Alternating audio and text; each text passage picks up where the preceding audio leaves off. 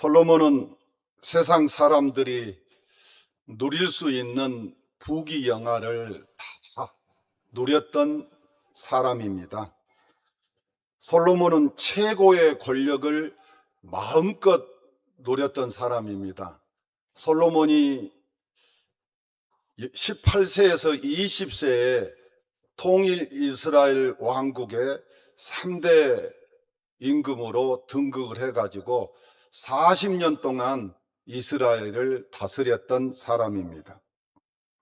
뿐만 아니라 솔로몬은 무역을 해서 많은 돈을, 요즘 말하면 떼돈을 벌었던 사람입니다. 또 이웃 나라들과 전쟁해서, 모든 전쟁에서 승리해서 주변 나라들로부터 조공을 받기도 하였습니다.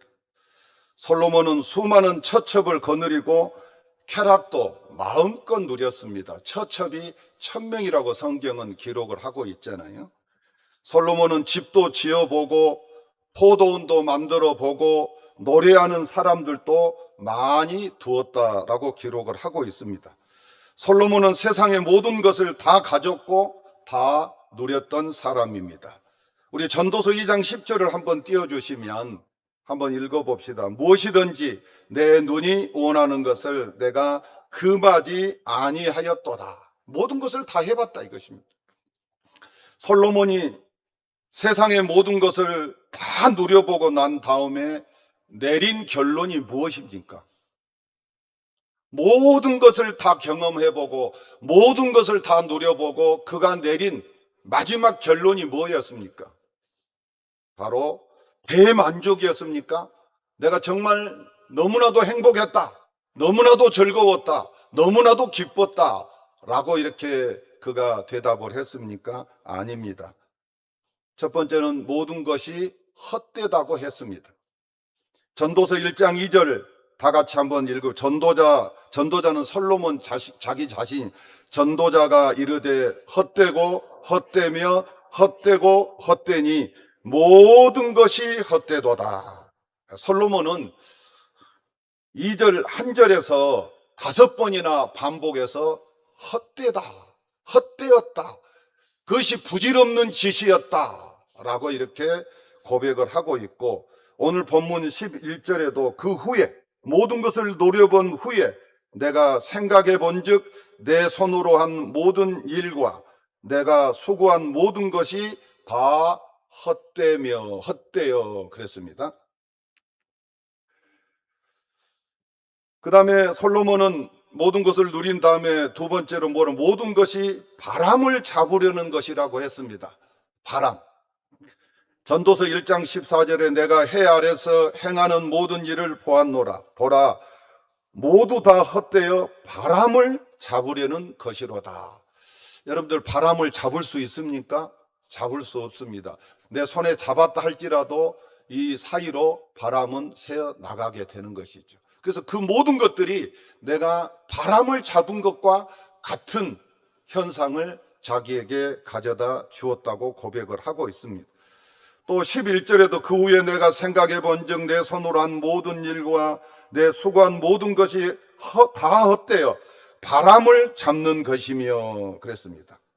그리고 마지막으로 그가 결론을 뭐라고 냈느냐, 모든 것이 무익한 것이다, 유익한 것이 아니었고 무익한 것이었다라고 했습니다. 우리 2장 11절 그 후에 내가 생각해 본즉 내 손으로 한 모든 일과 내가 수고한 모든 것이 다 헛되어 바람을 잡는 것이며 해 아래서 무익한 것이로다. 누릴 때는 좋았지요. 그리고 누릴 때는 그것 없으면 안 되는 줄 알았어요. 그런데 시간이 지나가면서 점점점 그것이 헛되다는 것, 바람을 잡는 것 같다는 것을 깨달으면서 이것들이 나에게 무익한 것이었구나, 이렇게 그는 깨닫게 된 것입니다. 제가 어렸을 때 얘기를 한번 해드린 적이 있는데, 딱지치기, 우리는 구슬치기를 참 많이 했잖아요. 눈 뜨면 딱지치러 가는 거죠. 그래서 그냥 딱지 몇 개 좋은 거 가지고 가갖고 친구 딱지 다 따가지고 와가지고 마루 밑에 또 넣어놓고 그 뒷날 또 하루고, 방학 때는 아침부터 저녁까지 어깨가 빠져라고 쳤어요.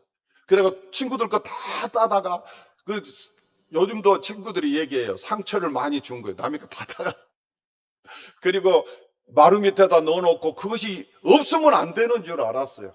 그래가지고 진짜 엄청나게 따다가 갖다 넣어놨는데, 지금은요, 트럭으로, 뭐 25톤 트럭으로 갖다 줘도 필요가 없어요. 헛된 것들이에요. 근데 그때는 없으면은 못 사는 줄 알았어요. 그래서 아침부터 저녁까지 어깨가 빠져라고 딱지치기를 했던 것입니다. 솔로몬도 그랬다. 다 누려보고 난 다음에 그가 깨달은 것은 헛되다, 무익하다, 바람을 잡으려는 것과 같다라고 고백을 했습니다. 왜 솔로몬이 모든 것을 다 누리고 만족하지 못하고 행복하지 못하고 기뻐하지 못하고 모든 것이 헛되고 모든 것이 바람을 잡으려는 것 같고 무익하다고 고백을 했습니까? 그것은 세상의 것으로는 우리의 영혼이 채워지지 않기 때문입니다. 세상의 것을 가지고는 우리의 영혼을 절대로 채울 수 없기 때문이다. 하나님이 사람을 창조하실 때 5가지로 창조를 했습니다. 첫째는 하나님의 형상대로 모양대로 창조를 했습니다. 창세기 1장 27절, 하나님이 자기 형상 곧 하나님의 형상대로 사람을 창조하시되, 그래서 창조하시되, 그래서 하나님이 자기 형상 곧 하나님의 형상대로 사람을 창조하셨습니다. 하나님의 형상대로 모양대로 창조했다고 하는 말이 무슨 말입니까?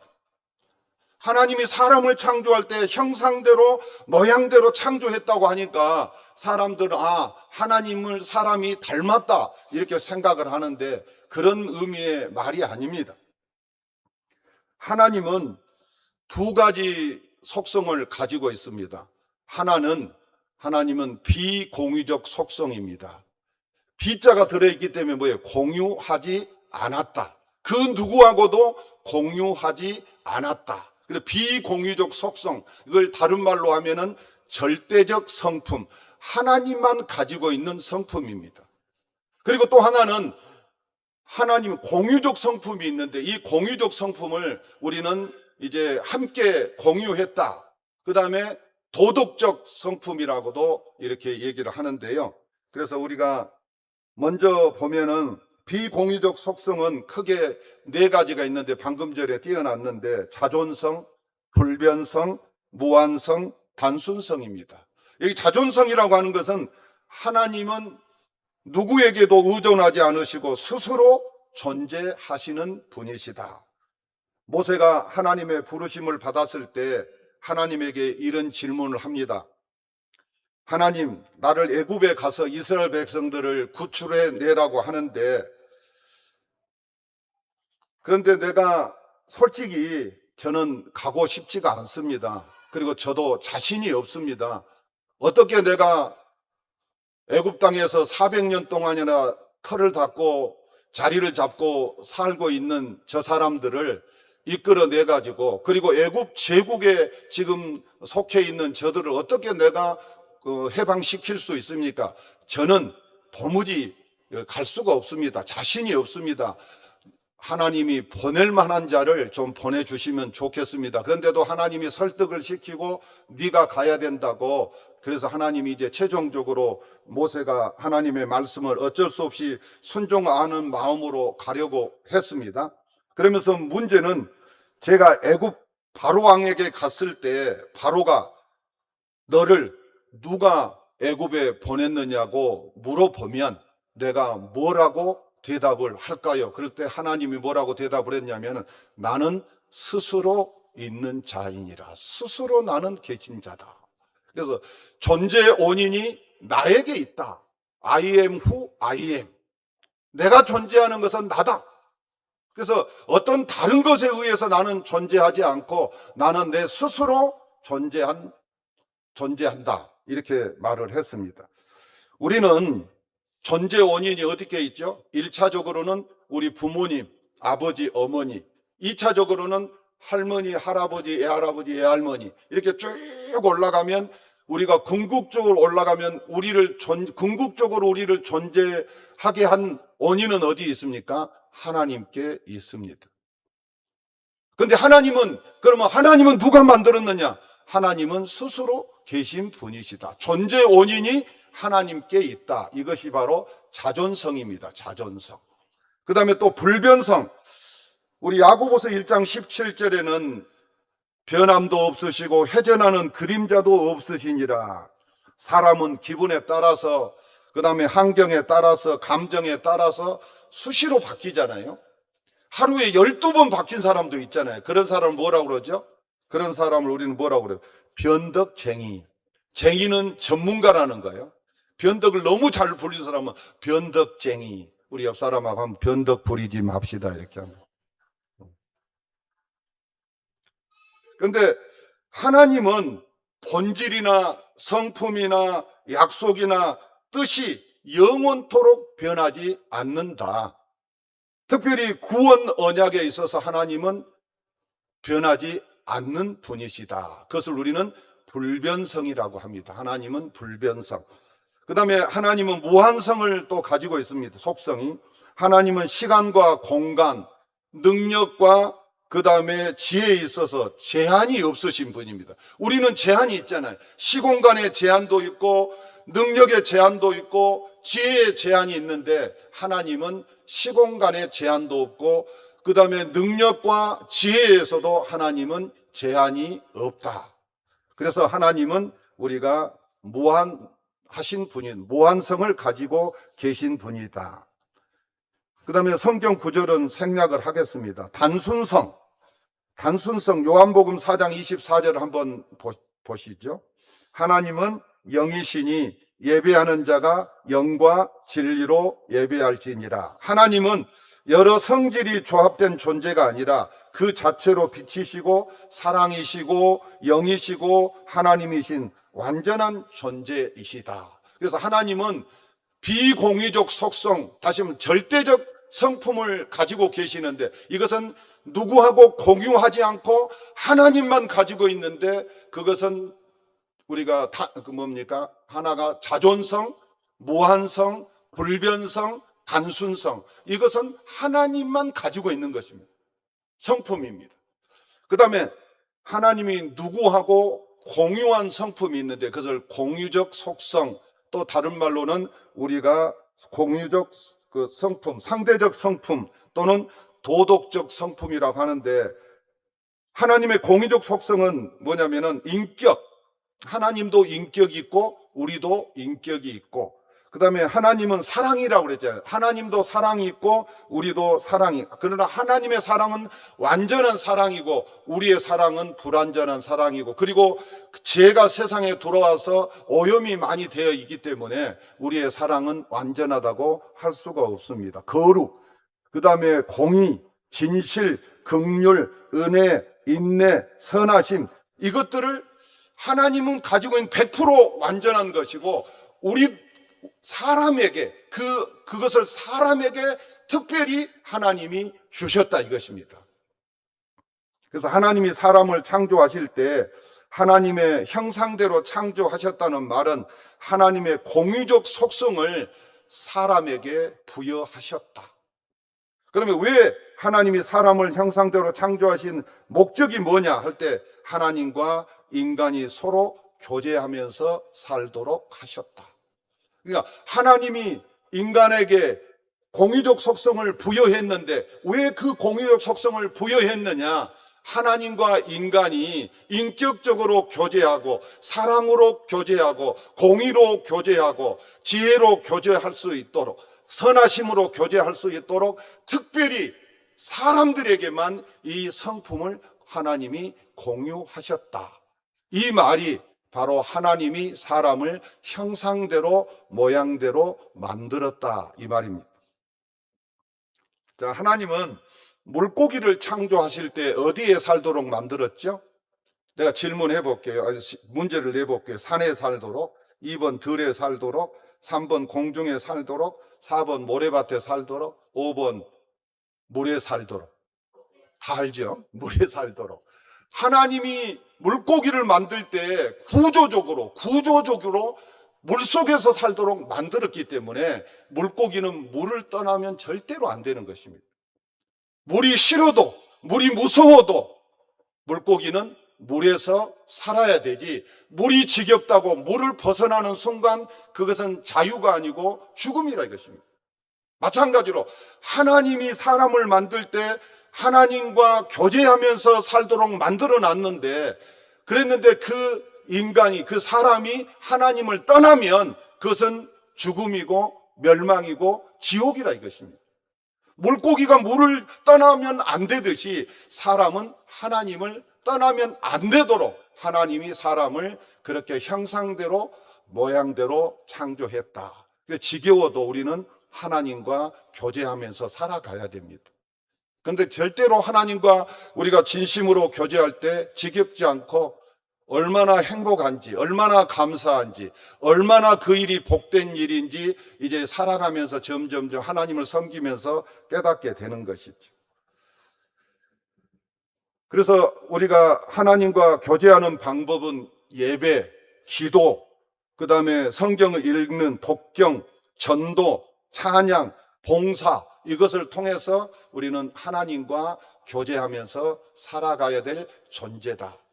이것이 힘들다고, 예배가 힘들다고, 기도가 힘들다고, 우리가 찬양이 힘들다고, 그 다음에 봉사가 힘들다고 자꾸 우리가 세상으로 나가면 그것은 하나님의 형상을 점점점 내가 멀리하는 것이죠.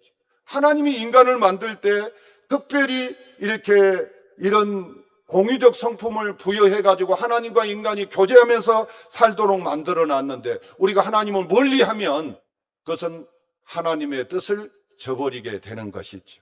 그래서 우리는 하나님을 가까이 해야 됩니다. 그래서 하나님이 나를 가까이 하라, 그리하면 내가 너희를 가까이 하겠다, 이렇게 약속을 하셨습니다. 그 다음에 하나님이 사람을 창조할 때 어떻게 창조했느냐면 남자와 여자로 창조했습니다. 창세기 1장 27절을 다 같이 읽어보겠습니다. 하나님이 자기 형상 곧 하나님의 형상대로 사람을 창조하시되 남자와 여자를 창조하시고, 하나님은 남자가 독처하는 것이 좋지 못하므로 돕는 배필로 여자를 창조하셨습니다.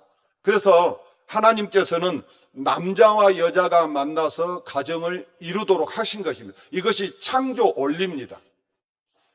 그런데 요즘 동성애, 동성결혼, 그것은 하나님의 창조 질서를 깨뜨리는 행위고, 도전하는 행위고, 또 사회 질서를 망가뜨리는 행위고, 가정을 파괴시키는 행위입니다. 그런데 이것을 법으로 만들어갖고 제도화 시켜가지고 합법화 시킨다? 이건 정신 나간 사람들이 하는 일. 우리는 그런 사람들을 우리가 그렇잖아요. TV를, 뉴스를 보면 가끔 이런 거 하잖아요. 이렇게 애래종, 뭐 동물이나 식물이 우리나라에 들어와가지고 생태계를 교란한다 그러잖아요. 그 우리가 개구리 있잖아요. 무슨 항소개구리가 돌아가지고 생태계를 완전히 파괴시켰잖아요. 그래서 뭐였어요? 처음에는 놔뒀지만 지금은 뭐예요? 다 잡잖아요. 잡아야 됩니다. 그래야 생태계를 교란하지 않습니다. 마찬가지로 우리가 동성애나 동성결혼은 하나님의 창조 질서를, 또 사회 질서를, 그 가정 질서를 교란시키는 행위입니다. 그렇기 때문에 우리는 그러한 것을 바로 잡아줘야 되고, 그렇다고 해서 우리가 그런 사람들을 방치해서는 안 되고, 우리가 사랑으로 돌봐주고 영적으로 정신적으로 치료를 해서 정상적인 생각을 하도록 해야 된다 이것입니다. 그런데 자꾸 얼마나 마음이 넓은지, 마음이 넓은 게 아니에요 이것은. 그래서 막 그런 제도를 만들려고 하는데 그건 정말 잘못된 것입니다. 그 다음에 우리는 하나님이 사람을 만들 때 만물의 영장으로 만들었습니다. 왕으로 만들었습니다. 우리 창세기 1장 28절을 다 같이 읽겠습니다. 하나님이 그들에게 복을 주시며 하나님이 그들에게 이르시되 생육하고 번성하여 땅에 충만하라. 땅을 정복하라. 바다의 물고기와 하늘의 새와 땅에 움직이는 모든 생물을 다스리라. 하나님이 모든 것을 다 창조하신 다음에 그 모든 것을 누구에게 위임시켰어요? 사람에게 위임했습니다. 맡겼다 이것입니다. 그래가지고 그것을 관리하고 다스리고 정복하라고 준 거예요. 그런데 어리석은 사람들은 뭐죠? 우리가 관리해야 될 대상, 정복해야 될 대상, 우리가 이제 뭡니까? 그런 대상들을 섬기는 어리석은 사람들 있잖아요. 예를 들어 소를 섬긴다든지 뱀을 섬긴다든지, 또 1월 1일 날은 저 동해바다 가서 태양 앞에 소원을 빈다든지, 또 1월 정월 대보름에는 달에게 소원을 빈다든지, 이건 바보짓이에요. 하나님이 이 모든 것을 다 창조한 다음에 하늘과 땅과 바다와 그 속에 있는 모든 것들을 관리하고 다스리고 정복하라고 우리에게 맡겼는데, 그런데 바보같이 거기서 막 빌고 있고, 그들이 우리에게 소원을 빈다면 빌어야 되는데 바보가 우리가 소원을 빌고 있는 거예요. 달이 무엇을 우리 소원을 들어주고 태양이 무엇을 우리의 소원을 들어주겠습니까? 그래서 하나님께서는 우리가 서열로 치면 1위가 하나님이고, 그래서 하나님 외에는 섬길 대상이 아무것도 없습니다. 그리고 2위가 인간이고, 그 다음에 천사들은 우리를 돕는 수종들은 종들이고, 그 다음에 만물은 우리가 다스려야 될 대상이고 정복해야 될 대상이고 관리해야 될 대상이라는 것을 우리는 깨달아야 됩니다. 네 번째는 하나님이 우리를 죽지 않고 영원히 살도록 창조하셨습니다. 왜 죽게 되었는가는 이 시간에 다 설명할 수 없으니까 생략을 하고, 마지막 5번째로 하나님이 사람을 창조하실 때 어떻게 했느냐? 육체와 영혼으로 창조를 하셨습니다. 창세기 2장 7절을 다 같이 읽어보세요. 여호와 하나님이 땅의 흙으로 사람을 지으시고 생기를 그 코에 불어넣으시니 사람이 생명이 된지라. 사람은 육체와 영혼으로 구성이 됐습니다. 그래서 육체의 재료가 뭐예요? 육체의 재료는 땅의 흙입니다. 흙을 가지고 우리 육체를 만들었습니다. 그런 다음에 이 육체는 못 움직이니까 하나님이 코에다가 하고 생기를 불어넣어 가지고, 그 다음에 우리가 어떻게 됐어요? 생명이 됐습니다. 움직이는 영이 됐습니다. 죽음은 뭐냐? 죽음이라고 하는 것, 육체와 영혼이 이렇게 결합이 되어 있는데 영혼이 우리 몸에서 빠져나가는 것을 우리는 죽음이라고 하는 거예요. 육체와 영혼이 분리되는 것을 죽음이라고 하는 것입니다. 성경에서는. 자, 우리 육체는요, 땅의 것들을 우리가 다 이렇게 것으로 우리 육체는 채울 수가 있습니다. 그러나 영혼은 땅의 것으로 채울 수가 없습니다. 영혼이 먼저 채워져야 돼요. 그래서 성경은 영혼이 강건하고 범사가 형통하라고 이렇게 하는데, 우리는 자꾸 육신이 먼저 강건하고 영혼은 그냥 방치하는 이런 삶을 우리가 살아가는데, 이건 잘못된 것입니다. 우리는 영혼을 먼저 강건하게 만들고, 그리고 육신의 모든 것들도 우리는 강건하게 만들어 가야 되는, 거꾸로 우리는 우리의 육신에 속한 것들은 막 채우려고 막 애를 쓰고 몸부림치고 아침부터 저녁까지 거기다가 온 모든 것을 쏟아 붓는데, 우리가 그래서는 안 되는 거죠. 거꾸로 사는 것입니다. 성경에서는 영혼이, 왜? 보세요. 육체와 영혼이 있는데, 근데 영혼이 떠나가 버린 육체는 아무것도 아닙니다. 시신이고 시체가 되는 것입니다. 육체보다도 더 중요한 것은 성경은 영혼이라 했습니다. 영혼. 그래서 영혼 중심으로 우리가 살아야 됩니다. 그런데 우리가 세상의 것은 우리가 뭡니까? 이 육체 채우면 우리가 좋을 수 있습니다. 그러나 반대로 우리의 영은 더 공허하게 되는 것이죠. 더 공허하게 되는 것입니다. 그래서 솔로몬이 모든 것을 다 누리고도 그가 공허함을 누리고 헛되다는 것을 깨닫고 바람을 잡는 것이라고 그가 느낄 수 있었던 것은 바로 솔로몬이 바로 영혼이 만족되지 못했기 때문에 그런 것입니다. 솔로몬도요, 초창기에는 그 아버지 다윗이 유언을 했잖아요. 너는 믿음의 대장부가 돼야 된다. 그리고 너는 하나님의 법을 잘 지켜야 된다. 그러면 네가 어디로 가든지 무엇을 하든지 너는 형통할 것이다. 이렇게 아버지가 유언을 했잖아요. 그래서 초창기에는 솔로몬도 열심히 신앙생활을 했습니다. 그래서 일천 번제도 했고, 그 다음에 솔로몬 성전도 건축을 했고, 그래서 제단을 쌓고 열심히 했는데 열심히 하다 보니까 복을 너무 많이 받아가지고 그 받은 복 때문에 솔로몬이 서서히 하나님을 멀리하기 시작해갖고 중년에는 이제 그런 세상의 것들로만 자기 삶을 채웠던 것입니다. 그래가지고 한 40년을 그렇게 보내다 보니까 나중에 이제 노년이 돼가지고 돌이켜 보니까 그것이 얼마나 부질없는 짓이었는지를, 그것이 얼마나 헛된 일이었던 것을 그가 깨닫고 그래서 이렇게 고백을 하고 있는 것입니다. 여러분들, 이것을 철저하게 경험했던 사람이 바로 솔로몬입니다. 연예인들이나 돈 많은 기업인들이 마약을 하고 우울증에 빠지게 된 원인들이 뭡니까? 육체는 충분히 채워졌는데 영혼이 채워지지 않았기 때문에 공허함에 빠지기 때문에 마약도 하고 막 온갖 그런 쾌락에 빠지기도 하는 것입니다. 한마디로 인생의 공백, 인생의 허무함을 느끼게 된 것입니다. 그러면 어떻게 하면, 우리가 어떻게 해야 인생의 공허함과 허무함을 극복할 수 있느냐? 이것은 사람의 본분을 다하면 됩니다. 자, 사람의 본분이 뭐지? 전도서 12장 13절을 한번 다 같이 읽어보고 시작.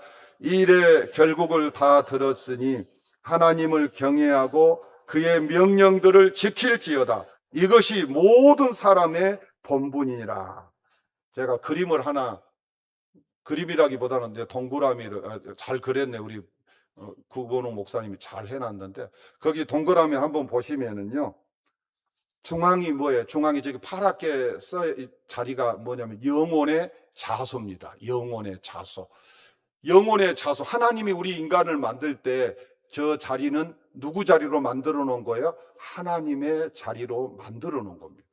근데 그 영혼의 자소에 하나님이 채워주고, 그 다음에 이제 뭐 남편 자리, 아내 자리, 자식 자리, 부모 자리, 친구 자리, 또 권력, 뭐 금, 돈, 뭐 이런 거 다 이것들이 채워져야 되는데, 예를 들어서 아버지 자리가 비어 있으면 허전하잖아요. 공허하잖아요. 마찬가지로 가장 가운데 자리가 하나님을 모셔야 될 자리인데 저 자리가 텅 비어 있으면 우리 인생의 공백을 느낄 수밖에 없는 거예요. 그러니까 점점 젊어서 막 돈 벌고 막 거기에 일에 빠져서 살 때는 그것을 못 느끼는데, 나이가 점점 들면서 돈도 어느 정도 있고 명예도 어느 정도 있고 권력도 누려보고 다 세상 것 누려봤는데, 근데 왜 내 마음이 허전하지? 왜 내 마음이 공허하지? 왜 내 마음이 이렇게 울적하지? 이런 생각을 하게 돼. 바로 영혼의 자소가 비어 있기 때문에 그런 것입니다. 저 자리는 하나님을 모시고 먼저 그 자리가 채워지고 나머지 것들이 하나 둘씩 채워져 가야 우리는 부족한 가운데도 하나님 앞에 만족하며 살아가게 되는 것입니다. 저는 늘 그러잖아요. 너무 행복하다. 제가 세상의 것을 많이 가져서 행복한 것이 아니고, 내가 하나님을 모시고 또 믿음으로 하나님을 섬기고 또 성도님들이 이렇게 협력해 너무너무 목회가 즐겁고 행복하다. 제 얼굴에 써졌죠? 그렇게 행복함. 제가 어디 가서든지 그랬더니 또 사모가, 성도들은 지금 힘들어 죽겠는데 왜 당신이 강대상에서 행복하다고 자꾸 그런 소리를 하느냐. 아니 무슨 내가 무슨 돈이 많아서 행복하다고 그랬어요? 믿음으로 사니까 행복하다고 그랬죠. 제가 무슨 돈이 있어요? 제가 무슨 돈을 자랑하기 위해서 행복하다 한 게 아니고, 정말 부족하지만은 여러 가지 가진 것은 많지 않지만, 그러나 내가 하나님을 섬기면서 하나님과 함께함으로 또 성도들과 함께함으로 너무너무 행복하다는 거예요. 너무너무 좋대. 여러분들도 행복하시기를 바랍니다. 나만 행복하면 안 돼요. 여러분들도 행복해 하셔야 돼요. 그래서 영혼의 자소에 하나님을 채울 때 우리 인생의 공백을 우리는 메꾸어질 때 우리는 만족을 느끼고 행복을 느끼고 감사하면서 살아갈 수 있습니다. 믿으십니까? 여러분들이 하나님을 잘 섬기면 더 이전보다 더 행복한 삶을 살아갈 줄로 믿습니다.